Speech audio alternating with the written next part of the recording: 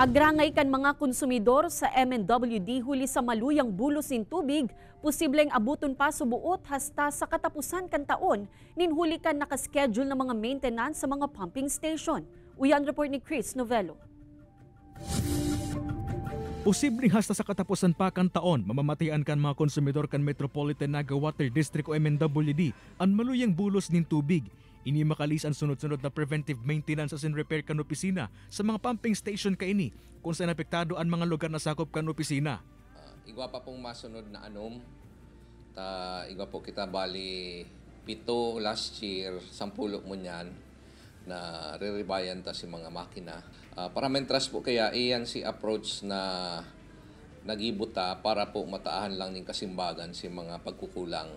Luma na kaya ang mayorya sa mga pumping station kung kayaan iba. Minabigay na kaya yung ngunyan ang pigsa sa iraram sa maintenance as in repairs. Makakatabang subot sa problemang ini ang ipapautob na rate increase nganing madugangan ng mga pumping station.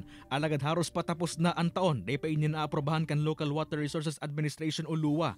Walo pa kaya ang kulang na pumping station kan MNWD kung kaya plano kan opisina na mag-utang na sa mga government financial institution. Once po na mag-operate ang pumping station, sigurado po may income yan.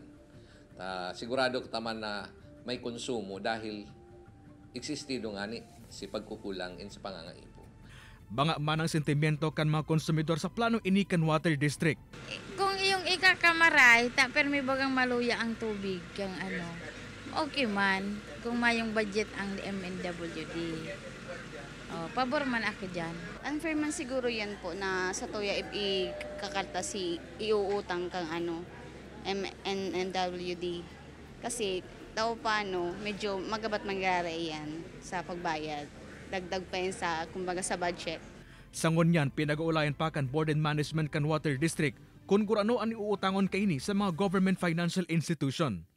Kaya banan si Carlo Abunita, Chris Novello, Balitang Bicolandia.